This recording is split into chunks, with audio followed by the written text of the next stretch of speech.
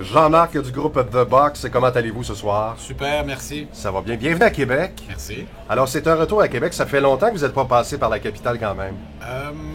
Effectivement, je pense que la dernière fois, c'était à l'Impérial en 2005. Et puis là, ce soir, qu'est-ce que vous allez jouer? Le répertoire au complet? Quel genre de succès?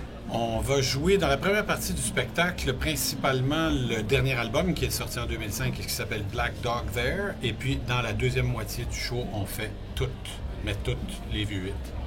Lorsque les spectateurs vous accrochent, qu'est-ce qu'ils vous disent? De quoi ils se rappellent de The Box? Parce qu'effectivement, c'est un peu nostalgique. Là. C'est clair que ce qui revient le plus souvent, c'est « Ah, ça me rappelle ma jeunesse, ça me rappelle mon cégep, ça me rappelle mon adolescence ». Sauf que là, il y a quelque chose de nouveau qui se produit, c'est qu'on commence à avoir des audiences entre 20 et 25 ans qui se pointent à nos spectacles et auxquels je pose la question « Qu'est-ce que vous faites là, vous autres? Vous me semblez un peu trop jeunes. » Et ils me répondent « Ben, c'est mes parents. » Ou bien la grande sœur, le grand cousin. Alors ça commence à être nouveau. Je pense qu'on a gapé 2 générations. J'ai été élevé avec l'affaire du Moutier. Qu'est-ce qui a changé en musique lorsqu'on fait de la musique, de la création? Qu'est-ce qui a changé depuis ces grands succès-là? Rien n'a changé dans l'écriture, mais tout a changé quant à la facilité que la technologie nous a apporté depuis les dernières 20 années à écrire avec tellement plus de flexibilité que vraiment maintenant, pour se limiter, il faut vraiment avoir les horizons bouchés. La technologie a fait exploser complètement le marché aussi parce que maintenant, n'importe qui peut enregistrer dans son sous-sol. Il n'est plus question d'aller dans des studios très onéreux à 300 ou 400 $ de l'heure. Donc, tout le monde peut écrire maintenant. Tout le monde peut mettre une chanson sur le web. Et d'après moi, ça ne peut être qu'une bonne affaire. Et le fait d'avoir une télévision qui produit des émissions comme Star Academy, c'est un propulseur pour vous, j'imagine? C'est un propulseur pour nous, bien sûr, parce que ça nous a donné ça a donné une crédibilité à ce retour, ce qui autrement aurait été plus ardu à faire. Il aurait fallu fonctionner sur plusieurs petites étapes plutôt qu'une très grande. Et puis évidemment, pour les jeunes qui participent à Star Academy, c'est évidemment un tremplin extraordinaire.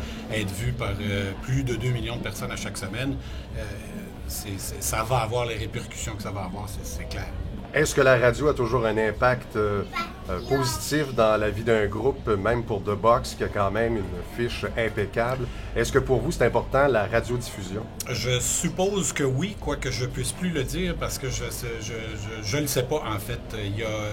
En 2005, on n'a pas sorti plusieurs extraits radio. On a été plus par la porte d'en arrière.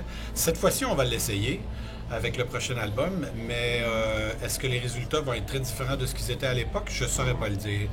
Je soupçonne que la radio est encore plus formatée maintenant qu'elle était à l'époque, mais j'imagine qu'un petit exercice de flexibilité pourrait nous faire passer à travers les mailles de ce filet-là. À la fin d'une soirée, à la fin d'un spectacle, est-ce qu'on est plus fatigué? Parce que quand même, les années passent, là, je ne veux pas vous vieillir. Mais... La grosse question. Au contraire, la bedaine fond à vue d'œil. Non, faire des shows, vraiment, là, c'est pas plus fatigant. Au contraire, je trouve que je m'énervais bien plus à l'époque à courir partout pour rien. Je me tuais la voix, ce que je ne fais plus maintenant, et je canalise les énergies là où ça compte. Et je trouve qu'au contraire, c'est beaucoup plus fun de faire des shows maintenant que ça l'était à l'époque. Et c'est plaisant, Jean-Marc, parce que pour nous qui vieillissons, le public, on a l'impression de rajeunir. Un gros merci à The Box. Merci à vous autres.